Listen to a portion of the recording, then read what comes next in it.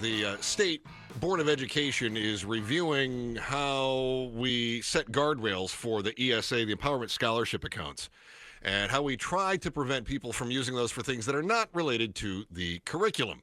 In fact, the Attorney General says, look, state law says that any supplemental materials that are purchased with ESAs or vouchers have to be tied to a curriculum, right? It has to happen. But then the Goldwater Institute sued the state over the requirement.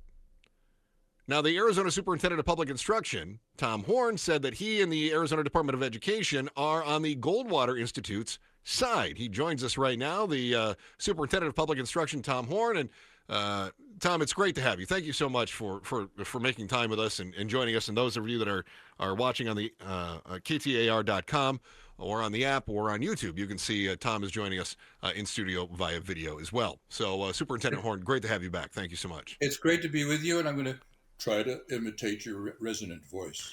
See, it's funny you say that because I was listening to Troy's traffic report, and I thought, man, does he sound great. He sounds amazing. I know. Actually, I was going to say I was going to imitate his voice, but you have a good one, too. Oh, thank you. Look You're at him kind. just butter you up. I love that. Oh. I love that. Help me out here with the ESAs, because we know that people have been spending those on some things that are not tied to a curriculum. In fact, you even laid out some of the different items, Rolex watches, or in one case, and I'm paraphrasing what you said, someone bought a vasectomy test kit, which... Well, they didn't get it. They asked us for it. And we said, we're not giving you the money for it. And that's okay. And that's the big fight that's going on right now. Some people that want unlimited access, whether it's for an valid educational purpose or not, whether it's with reasonable price compared to the market or not, they want to say they have a right to it, and I have no power to control that. And I don't agree, because I was made the administrator of the program, and any administrator of a government program funded with taxpayer dollars has an obligation to make sure it's done ethically and honestly, and in this case, a valid educational purpose and a reasonable price compared to the market, and I'm doing that. And the examples I gave of some of the things I rejected was to say, if they were right that I had no right to get into the reasonableness of what they asked for, then I would have had to pay those things out, and it would have been a big headline. You guys would have, I'm sure, loved it. And this program wouldn't have been sustainable. So I'm responsibility for the sustainability of the program, as well as, and in order to do that, it has to be a reasonable program. We're joined by the State Superintendent of Public Instruction, Tom Horne. We greatly appreciate his time today. The state is up to about $900 million in ESA awards a year, according to the latest figures that I've seen. More than 87,000 students participate in the ESA program. Astronomical figures. How do you effectively police such a massive program without either massive oversight or massive fraud? Is it one or the other? Because it sure seems that way. Well, we do the massive we've chosen massive oversight. I'm not sure I would call it massive, but we do have to. I established a policy to review everything before we pay it, and a lot of the advice from people in that movement said, you can't do that. You have to just do spot checking. But I wanted to check everything to be sure we didn't pay anything that was fraudulent or unreasonable. It got to a point where, for various reasons that I can specify for you if you want, we just couldn't do reimbursements, which is one of the ways of paying. You have Class Wallet, where people get paid by Class Wallet. That's not a problem, but reimbursements became a problem. It took us too long to do the reimbursements. So the legislature passed a bill saying that we could do risk auditing, which means for anything up to $2,000, we pay it and audit it later. And for anything over $2,000, we audit before we pay it.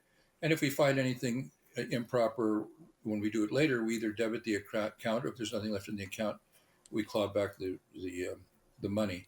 So we're doing everything we can to be sure there is no fraud, and that things are done reasonably. I can tell you that when I took over, I hired somebody had been in the Auditor General's office for 19 years to be sure we do all of this honestly and there's no fraud. I hired an investigator they'd never had before. I'm a former Attorney General. Fighting fraud is big for me, and I've done everything I can possibly do to be sure there's no fraud. The State Superintendent of Public Instruction, Tom Horne, is joining us right now. You mentioned the $2,000 that you can just grant, and then you would audit that later, and that's because you've talked to us before, and you said you don't have the staff to go through every reimbursement very quickly. So how in the world, if we don't have staff to monitor it in real time, how in the world are we going to have enough people to go back and take a look and audit those the $2,000 and less expenditures that that we're basically rubber stamping and saying, okay, well, that's good, we'll figure it out later. It's not like we're going to have more time, more people, more resources later to audit those things. So how do you do that? They call it risk auditing, which means you determine the risk of different people. Some of them have had a problem in the past, so you're going to audit them. You do a certain amount of random checking. You check as much as you can, but unless the legislature gives me more people, we can't return reimbursements in a reasonable period of time, and that's could be a big problem. Would you mind expanding a little bit on the Goldwater lawsuit? As you made mention, you said that you want to make sure that things are run properly and that the materials that are being purchased are appropriate materials and not somebody paying something unreasonable price for them. They have to be fair market value, this sort of thing. That sounds an awful lot like what the Attorney General, Chris Mays, asked for. That sounds an awful lot like what your department modified when you stopped allowing people to buy supplemental materials that don't coincide with some sort of a curriculum, and yet the Goldwater Institute is suing the state over that policy. You're on record as saying you support the Goldwater's side on that, and that feels like it's conflicting. Help straighten that out for me. The lawyer in our office sits with the Goldwater Institute in the trial. So here's the thing. There are certain things that need to be checked against curriculum, but there are other things, and they're different lists. There are other things that are just obviously educational, books, pencils, that kind of thing. And we've just been, without checking it against curriculum, we've been letting those through because they're obviously educational. Now she's saying we have to check those against the curriculum. That takes time, and that's one of the causes that has caused the delays that made us go to risk auditing, actually. And I think it's unreasonable. You have to use good sense in this, and the Attorney General's request is not good sense. We're obeying it because if I paid things out, she could claw them back. So until we get a reversal in court, we're obeying it, but I'm hoping that we'll win in court. So reconcile that for me. How is it? Reconcile that for me then, because and I understand what you're saying now, but it sounds like what she's saying is you can't go spending this on dune buggies and Rolexes. And again, those are examples of things that you caught. But I wonder how many things have not been caught. And of course, there's no way for either one of us to know that because we don't know what we don't know. So then how do we reconcile it to make sure that people are not abusing the system, that they are buying things that are, noteworthy for school? For instance, somebody buys a calculator, you go, well, obviously that's a school type item. And so, why should we have to double check all of those sorts of things? Right. At the same time, you're spending an awful lot of time double checking things like bounce houses and trips to Disneyland. So where's the middle ground here? Well, there is no middle ground. Either it's obvious educational or it's not. And you gave an example of a calculator. So you broke the code. You understand it. There's no reason to have to check a calculator against the curriculum. Kids have to learn math, whoever they are.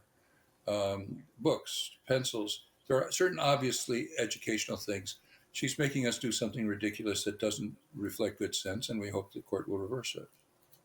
And it's causing trouble because it was one of the things that got us backed up on our reimbursements.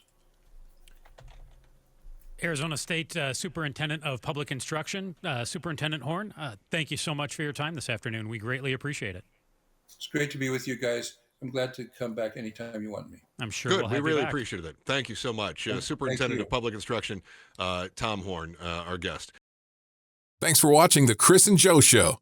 Click to see more from Chris and Joe and tap the button in the middle to subscribe to KTAR News.